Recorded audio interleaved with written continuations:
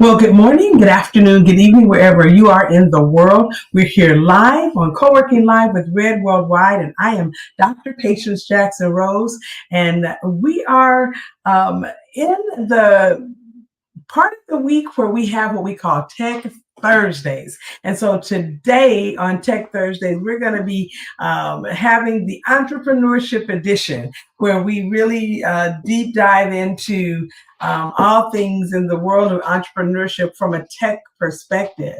And so with that said, Javon, can you give me an opportunity to start my slide sharing here so that everyone can just be brought up to speed and see where we are? I love Tech Thursdays because we have, sometimes hands-on where we're able to build out things and to have people participate in what it is that we're experiencing. And they're doing it on their end, we're doing it on our end, and it's just been very exciting. And we have some of those sessions coming up real soon. But today we really just want to, talk about, the ability to weigh our options and look at what building a successful business in today's technology-driven world is going to take. And so with that said, will you share the second slide, please?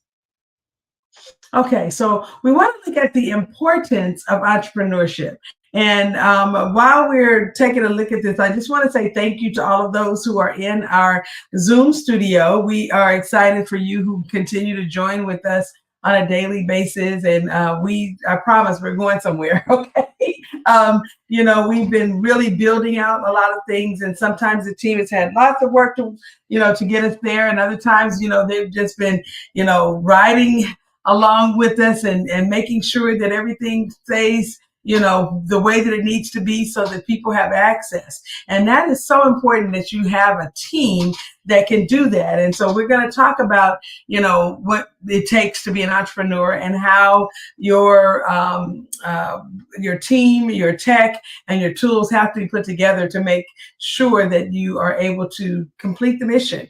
Well, the importance of entrepreneurship with regards to economic growth is really something that I want us to think about, because every business that exists here in America since the beginning of America was started by people who generally are here in America, So entrepreneurs drive innovation and create new jobs. Every new job that comes about has to come about from an endeavor, some type of activity, some commercial activity. And so when we're looking at the jobs that people have, we need to be looking at, okay, where did the job come from? Jobs fuel economic growth and prosperity in every country that is a country. And so when we are thinking about the way that things operate here in America, we've got to be looking at, what it is that it takes to create everything that we need to have so that our country functions the way that it needs to function. In some countries, that could be farming to, to fishing, to, building or construction of homes and buildings and things of that nature. And in other countries, it could be something even more simple than that, where things are still at the level of what we would call a third world country, where, they're still in the process of creating infrastructure. And so when we're looking at what has happened here, where we're located currently, although we have, different parts of our company that do operate in other countries, we're basically looking at what we're doing here in America right now. And the economic growth that happens here comes from somewhere. And entrepreneurs are the central driver in America for economic growth and prosperity. And so when you're looking at the part that you play, if you might be thinking about the fact that I don't even know how I fit, I want you to be looking at that you are a part of a huge landscape of people who are doing entrepreneurial endeavors. Even though your company may only have 1 or 2 employees, you fit somewhere in the landscape, and you want to understand that. And so when we start thinking about why do entrepreneurs exist, or why is entrepreneurship even a thing, is because of the problems that we solve. You know, entrepreneurs identify and address unmet needs, developing solutions that improve lives and solve societal challenges. Every time I think about the paperclip, and I used this for years, before the paperclip existed, there was a problem that needed to be solved. And someone said, by putting, some metal together in such a way where we, construe it and fold it, or, bend it, we're able to come up with a small device, a technology that will hold things together. And so when you're thinking about what problems that you solve as a company, you got to be thinking about the fact that entrepreneurship would not exist unless there would be a person that could solve a problem for someone else or for themselves. Because generally, when I'm thinking about the problems that we solve, I solved the problems for myself before I realized that other people had the same problem, and went into a whole business that was designed to solve problems for other people the way I had initially solved problems for myself. So think about that, because it's really important. And then the other thing, the social impact, the social impact, the social impact. Entrepreneurs often create businesses with a social mission, contributing to the positive change in communities around the world. We, a lot of times we'll think about nonprofits in this way, and, about the societal impact that a nonprofit has. But for-profits have societal impact as well. And so if you are an entrepreneur, you could be an entrepreneur that started a nonprofit organization, and that is wonderful. If your mission, and your vision and your values came together, and you decided that you would go out and, help the world or serve the world.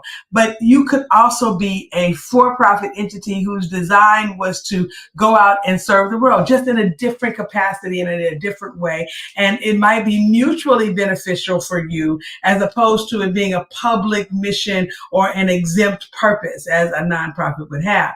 So as we're looking at the social impact that we have in our businesses, you do want to be thinking about the problem that you solve, but you also want to be thinking about the societal mission that you have. How do you fit in the landscape of everything else, in the ecosystem of all things business? Where do you land? Okay. And then as far as personal growth, I want to be, very, very clear with you that the entrepreneurial journey fosters resilience. It makes you resilient. I'm so serious, and I wish I could tell you something different. No, I don't. I don't wish I could tell you something different, because that means it's growth. Resilience, emits the concept of the fact that you went through something, and as a result of going through something, you grew, you adapted, and you became stronger than you were before. And so when people are on their entrepreneurial journey, when they're doing their, as we used to say, when they're getting their hustle on, they have the ability to come into a position of ownership of the growth that they've made. It's not just about you creating a company that serves people and you're helping others, but you don't get help. A funnel cannot be a funnel without getting wet.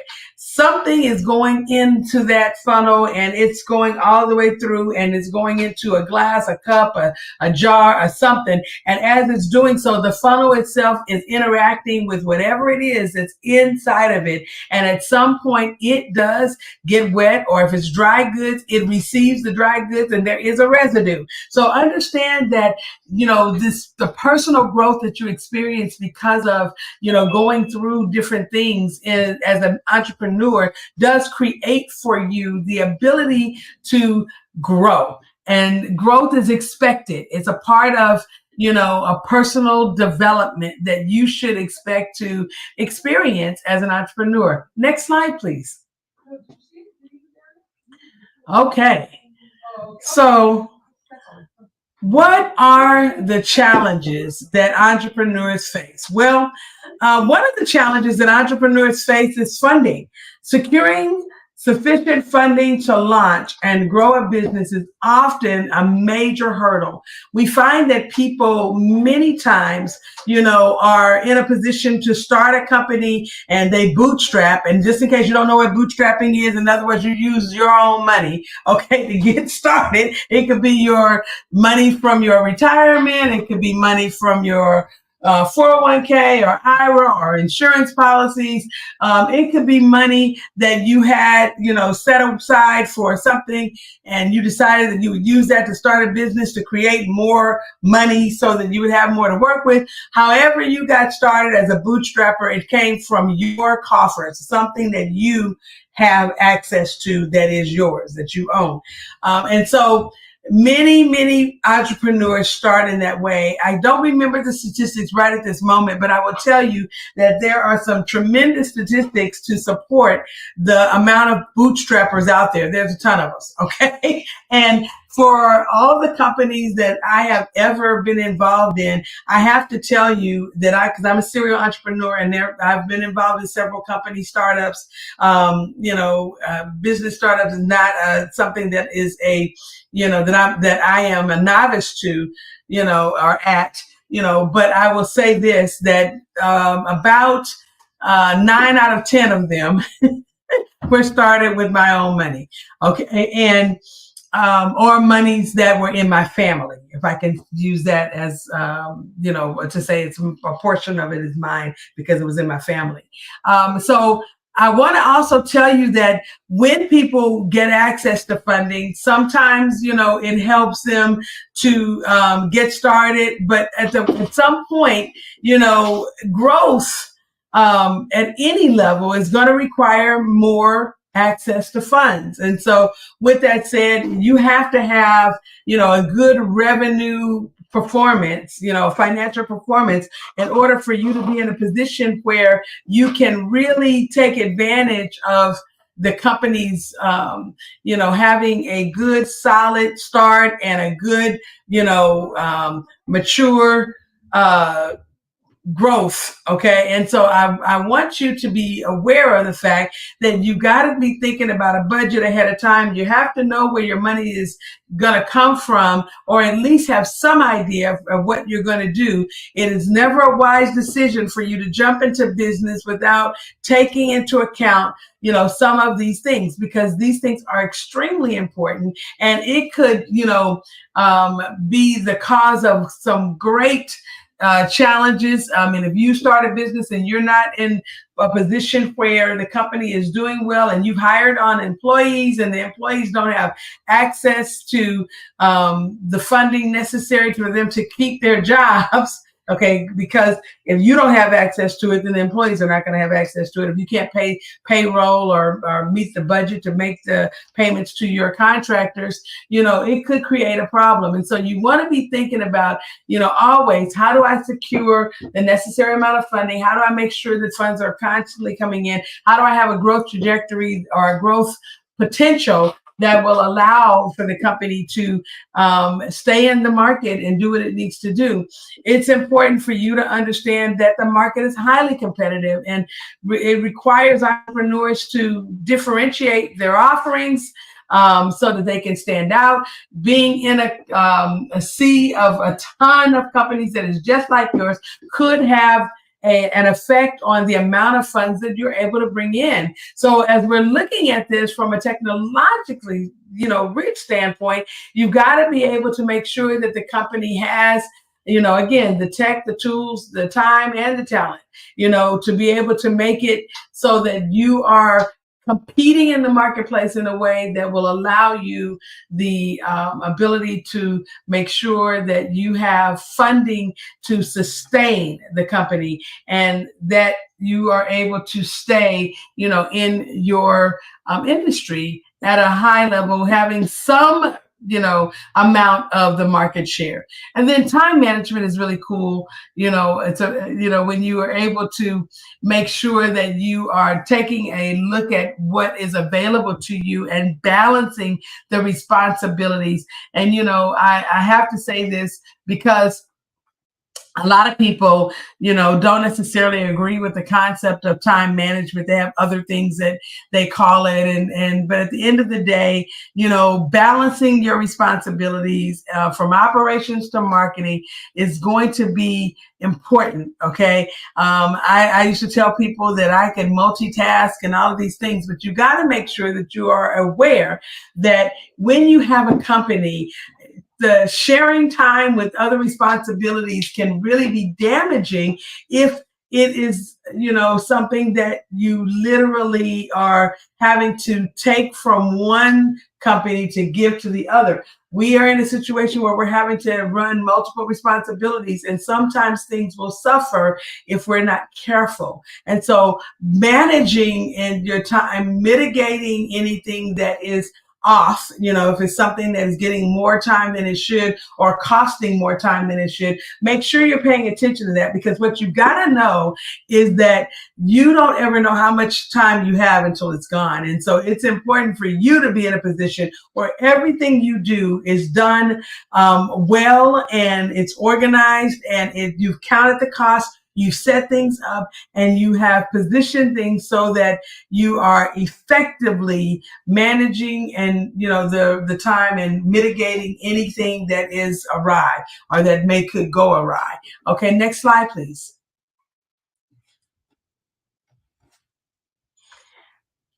So how do we leverage technology for our business growth? What do we do, to take advantage of some of the tech that is out there that really can help us to become better at what we do? Well, one of the things that we can do is, take a look at how we can use digital methods for marketing and having, are giving us access to a wider audience or more people, and how can we automate our sales processes? We've talked about marketing and sales on from a couple of different angles. And today, the way we're reaching out to you to talk about it has more to do with it being a part of our total technology stack. Okay, if we could say it that way, so that means that, we're looking at, the use of the digital marketing tools, all of our socials, TikTok,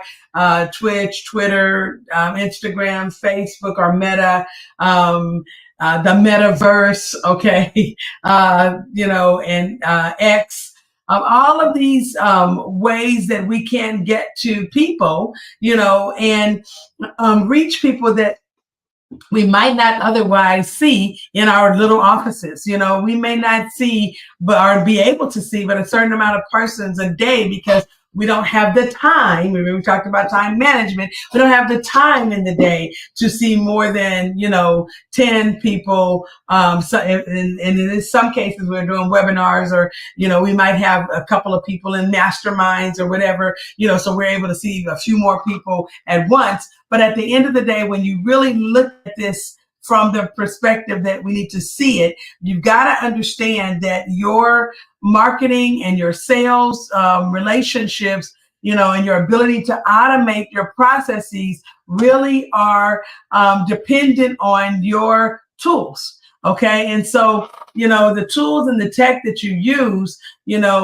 should make it so that you can get to more people, in the same amount of time that it would have only, without those tools, it might have taken you months, to reach. I will say this: when I had the opportunity to be on Blog Talk Radio years ago, and I was able to go back into the analytics and see that I had a reach where I was reaching people in other countries. I had, people way in China that were listening to me and watching, what we were doing, and I was so excited about that, because I was like, man, they're listening to us. They're going to our website. We could see, because I had a website at the time that could pick up those analytics. We could see where people were coming to us from Japan and China and Philippines. And I'm like, man, what is it that we're talking about that is interesting enough for them to weigh in or jump in? On our Thursdays, we have what we call VIBE, Valued in Business, Valued Interaction and Business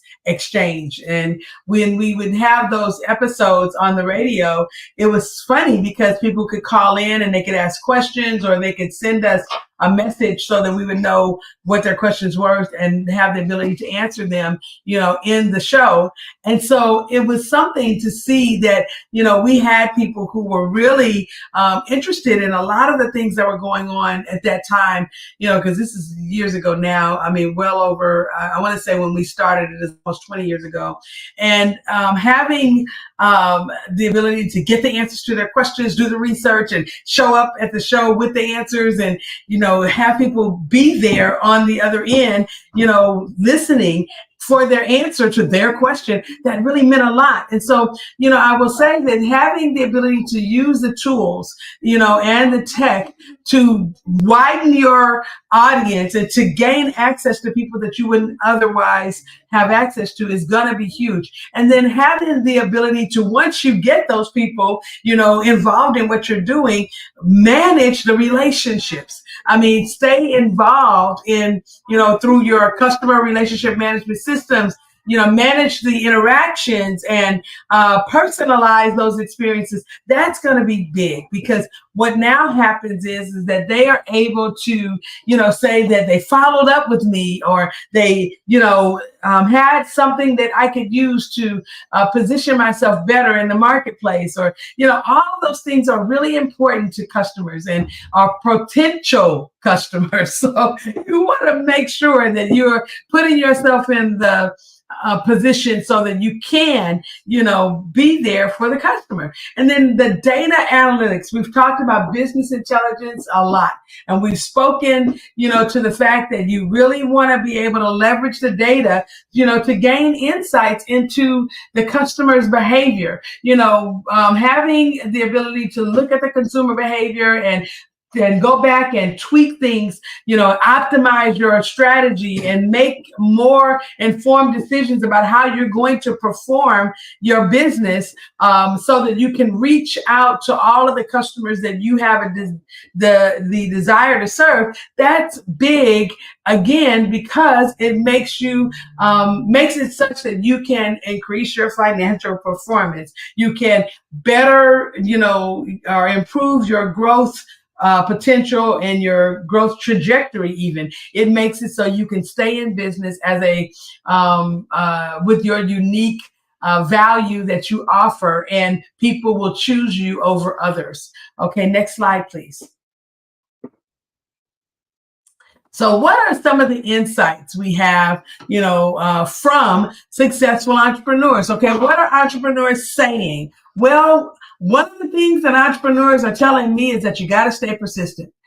You got to be prepared for setbacks and challenges, but you got to push forward despite the obstacles, or what might appear as an obstacle. I've said many times that things that sometimes look like an obstacle turn out to be something very different than that. And so if you don't stay in the game, you won't know, okay, that this is the case. So you have to be able to be prepared for the setbacks and the challenges, but even though they may show up, even though the obstacles may appear, you have to know that they are appearances. They may not be real. And so sometimes we have things that are threats, and sometimes we have things that are really risks. But again, if you stay in the game, stay persistent, you can make choices. You can choose to, pivot and go to something that is a relatable, or might even be a complementary service offering that you can, jump into, because maybe what you're doing is being rooted out of the marketplace because of technology or some type of law or other issue that might present itself that could, stop you from doing the same thing, for over time. But you could also persevere, just hang in there, and the market could course correct, and something that was a thing that was not a thing can become a thing again. Okay. And so from my own experience, I can tell you that there have been many times when, it was expected that something that we were doing was going to not be needed anymore because of technology. AI, had promises of taking away a lot of, opportunities for people, when really what ended up happening is it gave more opportunities than it took away. And so I will tell you that just stay in there. If you could just stay in there and persevere through some of those challenging times, you will find that many times, you didn't have to close the doors. You just needed to reinvent or iterate on top of what you were already doing, or reiterate what you were doing, so that people knew that you were actually still available in the market. Then you have to remain adaptable. People are saying, okay, and I love to use this because I have some Gen Xers in my that I birthed, okay, and they're telling me that people are saying, okay, that you got to stay adaptable, stay flexible and willing to adjust your approach as needed, based on the market trends and feedback. There's sometimes what you're doing is, the right thing, but it may need to, be done at a different time of day or in a different location, so being adaptable gives you these options to, move, and be fluid with the marketplace. And then lastly, you got to have passion. No matter what you're doing, you have to remain passionate about it. Some people start off and they are just excited and they are moving and shaking and everything is going the way that they think it's supposed to be going. And then all of a sudden, they hit a roadblock, or, they hit a slump, or things get hard, or it feels like it's too much work. They don't have enough help. All these things come to bear. And as a result of it, they start, to reduce their level of engagement. They become a lot less passionate about what they're doing, and their business suffers as a result of it. So what am I saying? I am saying that you have to build a business around something you are passionate about. And if you do, it will fuel your motivation and drive, and it'll keep you excited. And if you find that your motivation is waning or your passion is not what it used to be, take a break. Okay, you can do certain things to, not necessarily take a break from doing business, but remove yourself, from the forefront long enough for you to become rejuvenated, because sometimes you just need a nap. I'm just being honest. Sometimes you need a nap. And so having the ability to refresh yourself and revive yourself, can breathe life back into your company and give you the ability to come back in there, strong and, more passionate than maybe you were before. Okay, next slide, please. So what are some of our productivity tools that we can use as entrepreneurs? Well, I like calendar management, and, there are a lot of people who, and so I'm going to tell you now, these tools didn't necessarily come all from my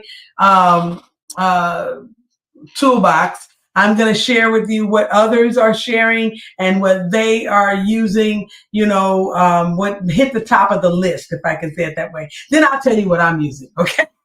I'll do that. But for calendar management, many people use Google Calendar, because tools like Google Calendar help entrepreneurs schedule meetings, track deadlines, and stay organized, and it is free. Okay, so when I'm seeing people that are using it, one of the main reasons why they use it is because it's free, and they can have access to it, and have some of the best management options, from utilizing Google Calendar. People can actually schedule on their calendar. If they share calendars with others, they can make sure that certain things are blocked out. And so there are lots of reasons why people use Google Calendar. Now, personally, I'm an Outlook girl. And so I'm just saying that in terms of the truth for me is always going to be Outlook. And we use other calendar scheduling tools, which are different than calendar management. So let me just be really clear so you understand that scheduling tools are not calendar management. Scheduling tools are for scheduling. And yes, the scheduling tool might also have a calendar, but generally speaking, the calendar management needs to be in your own hands, meaning that, utilizing an email domain that you control, you have access to using, your email as the way of gaining access to an account that is connected to a calendar that can be kept up on your computer, your phone, your tablet, or other appliance that you might be utilizing. Like even, you can use it with Alexa, and other types of tools, or tech like that. So calendar management has to do with you being able to have a particular calendar that others can schedule on, that you can keep up with, having the ability to mark things off or to, block out time on your calendar so that if you're using a scheduling tool, people cannot schedule on the dates that are blocked out. Having the ability to share time with others on the calendar, where maybe if you're all in a team at work, you guys all have the same items on that calendar for those specific days, because for your company's calendar management using its own email domain, now every person has an email account, and that calendar management is collectively a part of what happens at your company. That calendar management can also receive other calendars connected to it. It could have, the ability to go cross-platform, meaning that you can use your Outlook calendar with things that are in your iCloud. You can use your iCloud calendar with what's in your Google, or you can have one calendar that is the truth, and everything can fall on the calendar that's the truth. I call the truth, again, in my life is Outlook, but you might be using a different platform. And so with that said, you may need to sync your calendars so that it can retain its management process for everything that you're using. Now, for scheduling purposes, totally different. I'm a Calendly girl, okay? So I don't use Google Calendar or Outlook for scheduling. I schedule on Calendly most frequently. I allow my clients to schedule on Calendly. I schedule them on Calendly if I'm handling the scheduling. But I have a scheduler, and they actually schedule things using Calendly, not Outlook.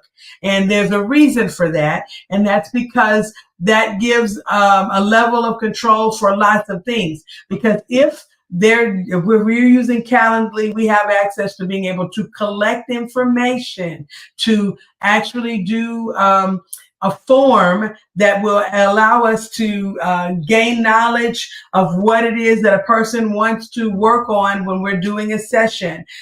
We have the ability to, within Calendly, embed our Calendly assets, whether it be my entire schedule or just specific schedules for certain types of things, onto the websites that we use in our apps, and even inside of our email, provider, our email, not provider, but our email client.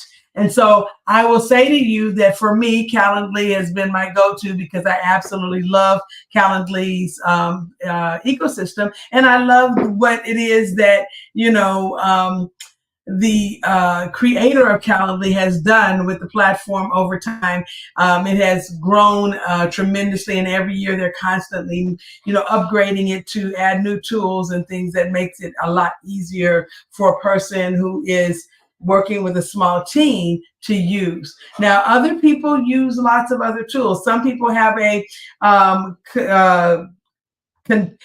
coordinated way that they do their scheduling, because they may be using Salesforce or Asana or some other program, that will allow them to project manage. And the calendar itself is the guiding, force in terms of, where people can see everything that's on the calendar. But the scheduling tools are inside of their CRM or HRM or other type of, management tool. So, whatever it is that you're using, I just say this, that you need to have your calendar set up in such a way that you know which calendar is the truth.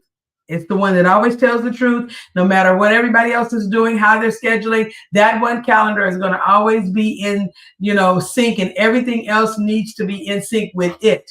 And your scheduling tool needs to use that calendar as the truth, so that it will not allow people to, block out time, or for that matter, because sometimes you have people that are working on your schedule, they won't be able to block out time that's already being used for something that it shouldn't, or they will be able to block time that needs to be blocked. And so it's not just about the blocking of time as much as it is about the management, but I'm just saying that using that as an example, it's important that those two things are, that you have the calendar set up first and it becomes the truth, and then your scheduling tool fits seamlessly inside of that.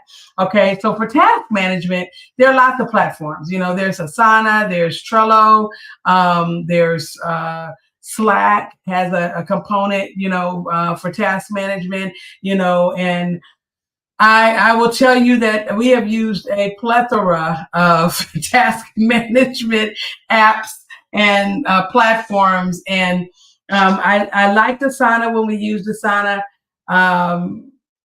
It was okay. I've liked initially, I really did like Microsoft projects. It really did well for me in my initial stages of business. However, because we're growing and things are happening, I am currently looking again for a tool and trying to decide whether we are going to, build out our own, or if we could find that tool that we can use. We are using Clio right now for most of everything that we do, which is a legal task management and CRM. It's an all-in-one platform that allows us to do a lot of different things, and it does really help.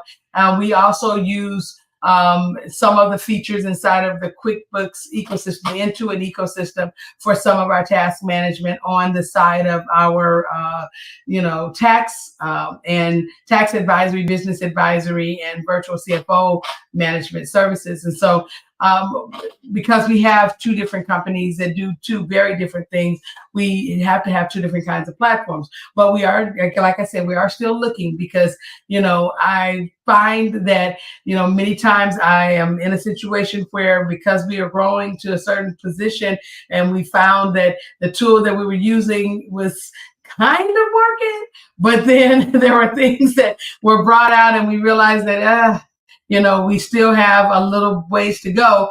We'll find something and we'll try it out to see if it can take up the slack. I am almost, 80% on us building out our own tool within the next 2 years, because I think that, the level of growth that we're having is going to dictate that we have to have something that's more customized for our own use. And because we just have so many things that we do and that are very different from what the softwares that we are using right now are designed to do. And so when you find yourself in that situation, you need to start shopping. And I'm just being honest, and look at whatever's out there. Get on YouTube University, talk to other people in your field, see what they're using. Don't be, shy about doing a trial, to, doing a demo, finding out what is going to work for you, because task management is important. And if you're not able to track the task and know where everybody's supposed to be, on a particular thing, then you could lose time and money. It could affect your bottom line,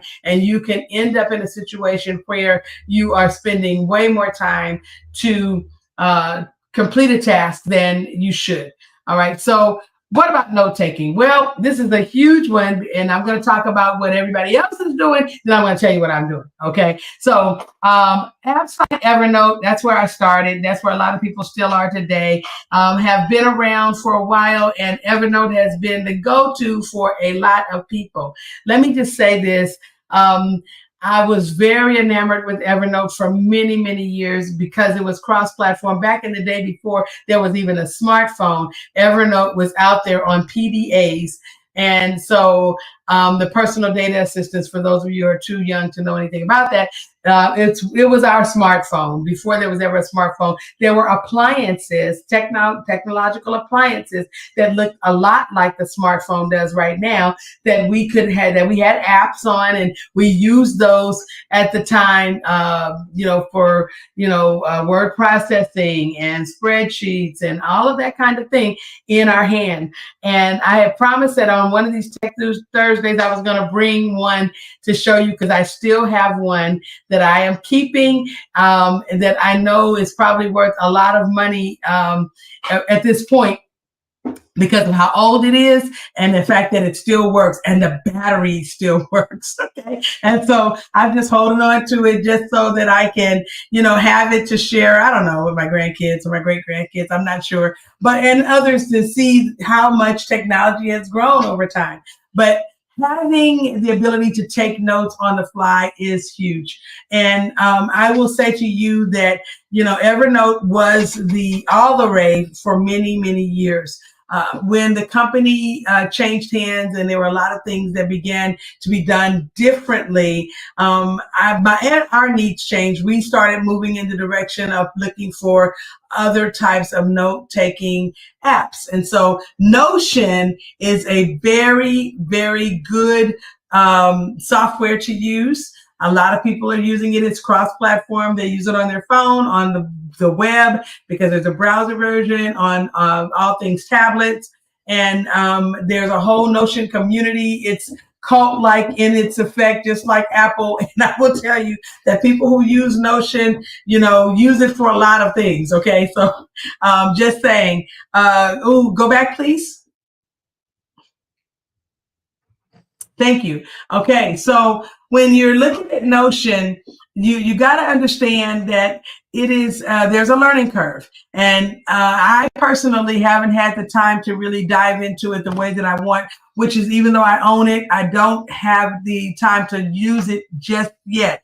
But I do believe that there is a use for it in our ecosystem, and we will, make it a part of our infrastructure of technology at some point. However, our go-to right now, has been the Notes app from Apple, because once Apple introduced the ability for us to lock down notes, where, we actually could, make sure that others could not gain access to the notes. And when the notebooks, became even more, I would say, appealing, the way that they're set up, having tags and all kinds of things, and even the newer software editions that they've done with the 18, the operating system 18. Oh man, it's just a game changer. I've just really, because I'm a developer, on Apple side, I have access to the betas, and I've been using the beta. And I tell you, having some of the things that are available inside of Notes right now has me at a place where I'm at a quandary, because my favorite note-taking app of all time has been NoteShelf, and NoteShelf 3 is my number one go-to for taking notes for school. And all things business, ideas. I've done so many things in NoteShelf. I've created all kinds of note taking opportunities for other people, journals and planners, all kinds of things. But what I'm finding is simplicity for me is becoming a big deal. So I am backing out of some of the tools that I've been using tech-wise and opting in to using some things that are more simple, because I don't have the time to, when I need to get in there, I need to get in there. I don't have the time to wait for something to load and then have to go and find things. I want to be able to, what I'm able to do right now with Notes is I take my Apple Pencil, touch my screen, and Notes pops up. And now I can immediately begin to either talk the note through and have it transcribe for me what I am saying into a note that is big.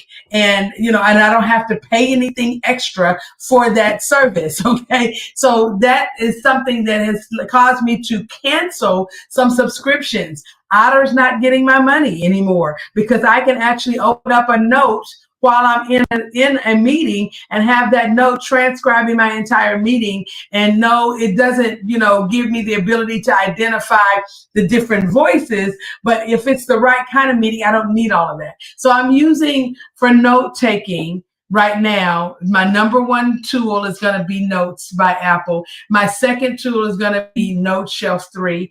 And then when I'm in my Zoom meetings, I use Fathom. Someone asked me this earlier today. What is my, after I have evaluated all of these different systems, I've evaluated Otter, I've evaluated Read, I've evaluated, about 3 or 4 other note-taking AI type apps for taking meeting notes, and my number one go-to in that respect is going to be Fathom, FATHOM.ai, and you can gain access to it inside of Zoom by going to the apps section and clicking on it, and you can get a free trial so you can try it yourself.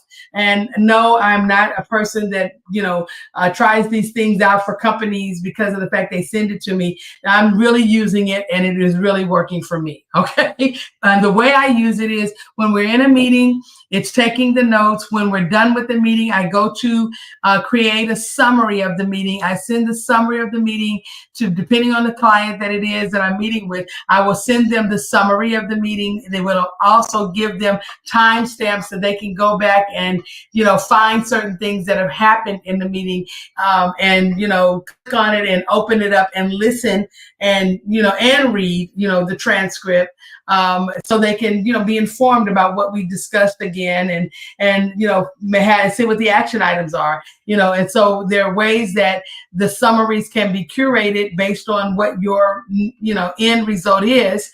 And what I like about the way that the system works is if I'm teaching a class, then I can actually have it give me the summary that I need for that particular type of session. Whereas if I'm in a meeting and it's a sales call, then I can have it, give me the summary based on that particular type of meeting. And if I'm in a webinar, I can have it give me the summary for the webinar. So it's a very useful tool in that it is flexible based on your end use of your meetings. And then lastly, for email management, okay, and this is something that you got to be thinking about, because of course your email management and if you're in the Apple ecosystem, your email management, your task management, your note taking, and your calendar can all be connected, because you have the Reminders app that you can use, inside of the Apple ecosystem. And now Reminders just got a new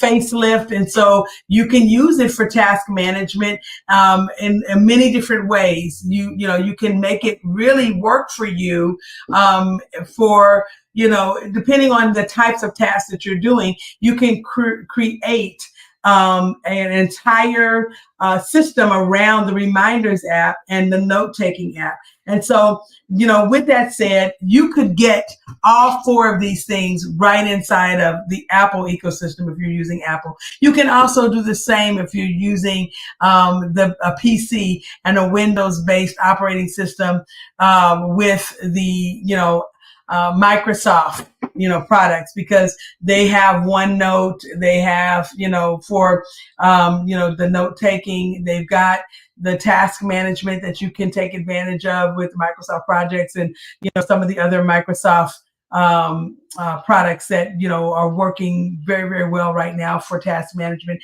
Then of course you have Outlook, as a calendar, and Outlook does cover both calendar and email management. And so email clients like Gmail and Outlook offer features, that, give you the ability to filter your emails, to put them in folders, to actually have emails forwarded automatically to people that need to also be a part of an email chain that might be going on. It allows you the ability to schedule right there, from the software. If you're using Teams, Microsoft Teams, you could, have your Outlook connected in such a way that you can schedule your Teams meetings from Outlook, as well as your Zoom meetings from Outlook, and even your WebEx meetings, depending on, if WebEx is being used inside of Teams. Now in Gmail, you have Google Meet, and so you can utilize the same types of tools, but just inside of the Google operating system, so whether it's, Google Meet and Gmail, alongside of, the Google Calendar, and the Google Drive for storage, and task management. If you're using what used to be called G Suite or Workspace, you have some options there as well. Okay, so it just really depends on which direction you want to go, whether you're going to go with Google or Outlook or iCloud. You have all the tools that you need, because with iCloud, of course, the mail client has gotten an upgrade. And so you have a lot of really good options there. You've got iCloud for storage. And then, of course, we have the Notes app and the Reminders app. And, you can do a lot with the calendar and the task management, in the iCloud ecosystem as well. Again, what am I doing? Well, I mentioned earlier that I'm using Outlook, and Outlook is the truth for me in terms of scheduling, because I'm able to, add my domains to my Outlook account. And although I do have a lot of my domains over on Google, I am using most of the scheduling features inside of and the calendar features inside of the Outlook ecosystem. And it does help that we got a grant from Microsoft that makes it, worth our while to use all of their best tools for free. So just saying that did have an effect, but we still are not 100% in the Microsoft ecosystem, because we do very much I don't use OneNote at all. And I am using, almost everything Apple with regards to, the note-taking side of things. Okay. Now, let me just say this, okay, because I really want to tell you this. You use what you are comfortable with. You need to make sure that you are taking the time to play with these softwares to find out what works well for you. Use it long enough for you to see if it's going to meet your criteria. And you need to have a criteria. So you got to start by writing down what you need, and what you're expecting and what you would like to have. I have my must-haves. I have my like to have. Okay. And, then I have that's not the things that are just not that big of a deal. So I don't have to have those things, they're okay. But by me parsing things in that way and putting my must-haves over here and my like-to-haves, on the other side of those, and my, the essential things that, I just feel like, okay, they're okay, but they're not what I'm making or staking my life on, okay, in terms of software. And by doing that, then you get to really pick what works for you. Okay. Last slide, please. So we want to talk about some funding opportunities for startups, because I think that you need to be aware that when you're going to be an entrepreneur, you got to make sure that you are, again, using tech to your advantage. And so there are ways that you can use tech to find money. Okay. And when you want to fund opportunities, in your startup, you might want to start by looking at well, again, you need to, put down your list. What are you willing to accept in funding?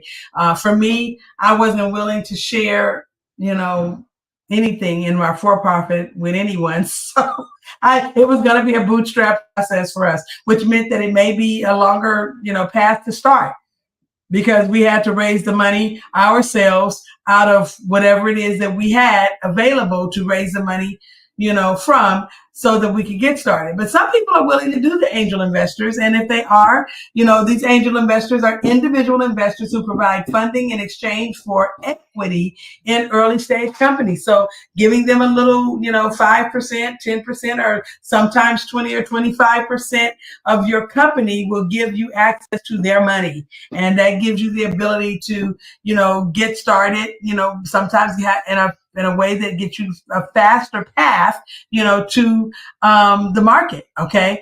And then there are venture capital firms. These are professional investors that invest in high growth companies with significant potential for return on investment. And I did a whole session, talking about, would you be willing and why you might be willing to accept this kind of money? Okay. But what you also need to be aware of in doing this. And I'm going to do another session on that because I don't think it's in our current co-working lineup, but I think it's important for us to, maybe dive back in, maybe on our Smarter Start Bootcamp Day, where we will, just talk a little bit more about angel investors and venture capital and what might be the best of both worlds, because there are some options, that could include using both at some point. All right. And then there's crowdfunding platforms. And I tend to favor crowdfunding for a lot of reasons. We have clients that, are actually creating products, and crowdfunding has been a very good way for them to get money to get their product to market. There are other ways that we help them to get products to market, but crowdfunding has been a really good way to, make sure that funds were available, for them to get to market faster. And so online platforms like, GoFundMe, there are some tech crowdfunding platforms. There's Kickstarter. There's, a few of them out there. So, take some time to kind of look and see, do a search for crowdfunding platforms to see, because there's some that are specific to a different, each different kind of business that you might have. Online platforms that allow entrepreneurs to raise money from a large number of individuals. Sometimes people just give the money and they want to see you successful without anything in return. Other times you might, offer something, whether it's like if you have a product that you're bringing to market, maybe you give them, your alpha, product that you're putting out so that you can get feedback, or maybe, you promise them, a discount, on the product when it launches. There are lots of things that people do with the crowdfunding platforms that make it worth the while of the person who's giving the money to get involved. And then there are government grants. I love government grants. I've written quite a few and had some funded. Financial assistance provided by the government is 100% way to go if you have the ability to make sure that you can manage the grant. Okay.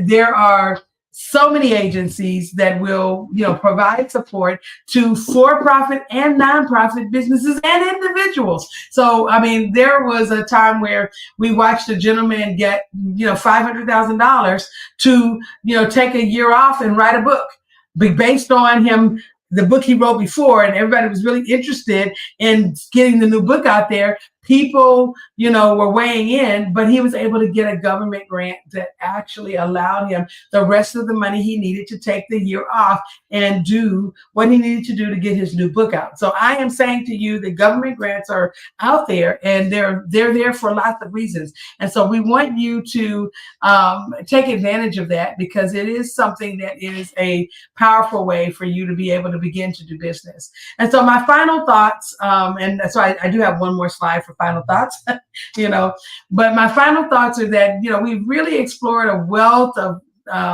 knowledge and information today, with regards to entrepreneurship. And I really want you to get ready to participate in an interactive session, because we are going to do something interactive next week that will allow you to apply the things that we've learned today to your entrepreneurial path. So come ready, because bring your ideas, bring your concepts, and if you don't have the opportunity to be in the Zoom session or in our Zoom studio when we do it, you'll catch it later online. But I really want you to be able to have, the ability to participate. And so we're going to, you don't have to bring anything but yourself and your ideas. And when you come, we're going to walk through how do we, get started, and what is it that we can do. So we're going to create something next week so we can show you a process that you can use to create a product, a service, or a business that actually you can take to market, for real. Okay. And I want you to participate in this process, because I think it's going to be fun, and you're going to enjoy, the options that you might have, in learning how to creatively bring something to market. Well, this has been Dr. Patience Jackson Rose, and we have been here with Co-working Live for Red Worldwide, and we are excited that you joined with us, and we hope to see you again next time.